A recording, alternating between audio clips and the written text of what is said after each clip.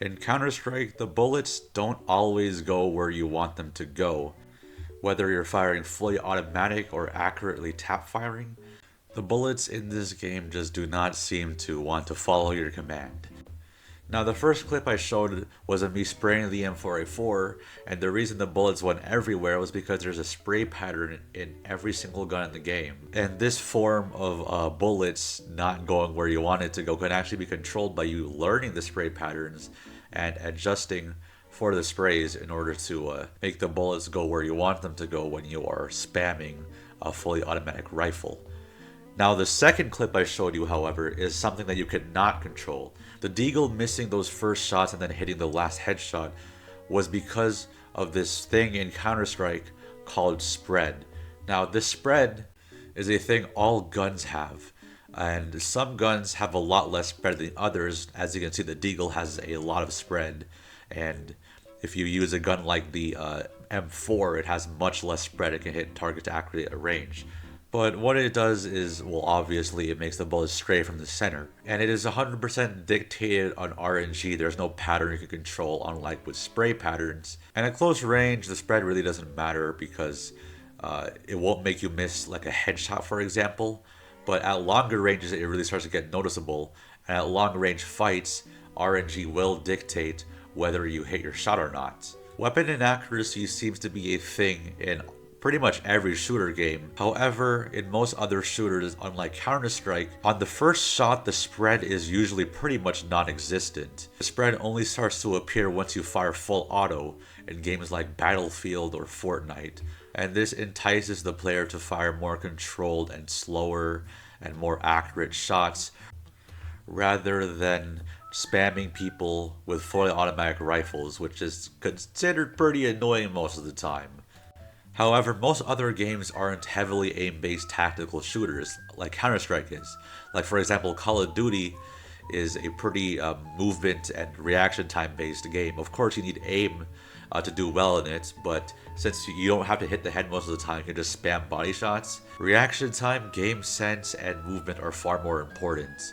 Although, again, aim is still important, and I'm not saying these aren't important in Counter-Strike, but in Counter-Strike, aim is one of the most important things. Game sense does prevail over aim in Counter-Strike, but aim is much more important than crazy movement tactics. Not saying movement isn't important because you still have to know how to stop before you shoot, but you need a much more precise kind of aim to be good at Counter-Strike because if possible, you need to hit the headshots because they do much more damage than body shots as compared to other games. Like, again, Call of Duty, the headshots don't do much more damage than body shots, so you might as well go for the body. But Counter-Strike, headshots, again, are very important, so you must get good crosshair placement and good adjustments for when they move. Since making sure your shots are accurate is so important in Counter-Strike, it must suck when you do everything you can to make sure your bullets are going to hit the target, mastering spray control, mastering crosshair placement, and making sure the crosshair is right on their head before you shoot. And then your bullet just misses the target because the deagle has a big spread factor, and then you get killed because you missed your shot. You might think that this should just straight up not be in Counter-Strike because it's such a skill-based and aim-based game that RNG should never determine whether you hit your shots or not, and the outcome of every fight should just be determined by pure skill. But there is actually a pretty interesting argument for having spread in Counter-Strike. However, the argument was not originally made for Counter-Strike, however, it can be applied to Counter-Strike. I found this argument in the Valorant subreddit actually, and it's from one of the Valorant devs, and I'll put it up on the screen right now. But in summary, this is basically saying that the Vandal, aka the AK-47 in Valorant, has spread in order to make sure it's not just a one-size-fits-all weapon that should be used in all scenarios. And it actually allows other guns like the Guardian in Valorant to actually have a defined role in the game and is able to outclass the Vandal in long ranges and not in short ranges.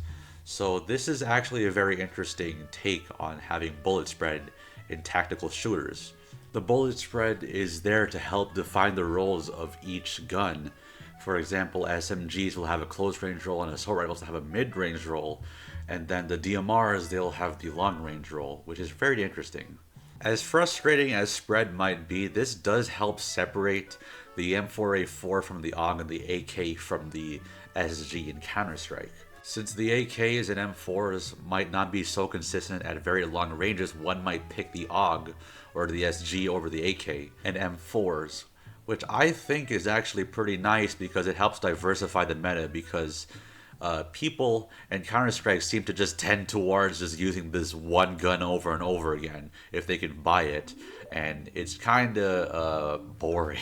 I'm a big gun nerd, so having a big diversity of guns in Counter-Strike that people use is pretty nice. And having more roles that people can play as, like how in Valorant there's the Guardian, which you can play as a marksman role, it's nice too, because like it helps like diversify the types of playstyles that people will have, and it allows people with different playstyles to pick different guns according to their needs, rather than this one gun just does everything for you.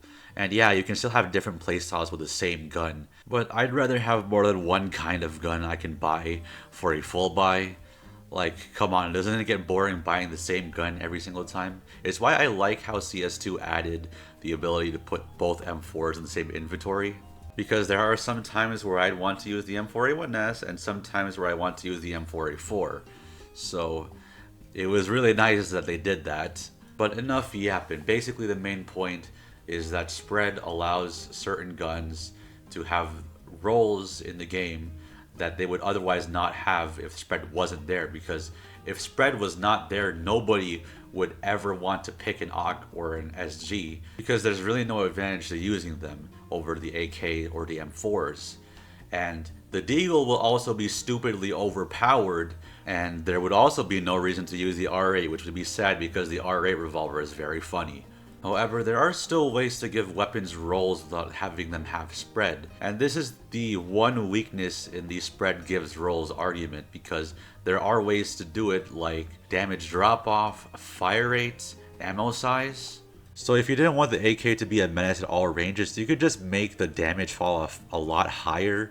So it's like borderline unusable at like longer ranges, but you can still maybe kill them if you are really, really good. However, this argument, even this one, can still be negated by the fact that you can consider spread as another form of gun balancing. And it also makes it more beginner friendly, which is I think is good for especially a game like Counter-Strike, which is very old, so a lot of the players will be very, very good at the game already. Because if range was limited by damage fall off in this kind of game, it would like not really matter to anybody who is not good enough to hit people at those ranges, and it would matter for people who are good enough to hit at those ranges, so they can just kill them anyway, and the person with worse aim will not be able to fight back. Yes, that sounds fair and balanced, but like if you're playing like a casual match and then there's some guy stomping the server, you kind of want like something to like at least cushion the stomping a little bit, you feeling me? So yeah, I have never really heard about the idea that weapon spread is used to give roles to guns in the games, but it really makes a lot of sense, especially when you consider guns like SMGs, which need large inaccuracies. So they're really forced to be played at close ranges like they're intended to be at. And yeah, you can do the same thing with damage drop-off, and CSGO does that. However, good enough players can get around damage drop-off, but there's no way they're going to get around inaccuracy. So inaccuracy really forces players to play at the ranges they're intended to be at. But yeah, that's pretty much it for today. What do you guys think? Do you think that just the game should be 100% skill-based? There should be no RNG involved in the game at all? Or should the weapons have spread so they have very clearly defined roles like SMGs, ARs, and DMRs? Personally, I'm on the side of spread being in the game just because I'm so tired of people using the same guns over and over again. And spread like gives people incentives to use like just different guns other than the ones you always see. But feel free to disagree in the comments. In fact, I would actually like somebody to try to change my mind, because it would be pretty interesting. I want to hear other opinions, and I want to hear what you guys have to say about this topic, because it's a pretty interesting topic about like game balancing in competitive tactical games. So yeah, let me know in the comments what you guys think, and that's it for today's video. Make sure to like and subscribe if you enjoyed the content, and yeah, that's pretty much it. See you guys later.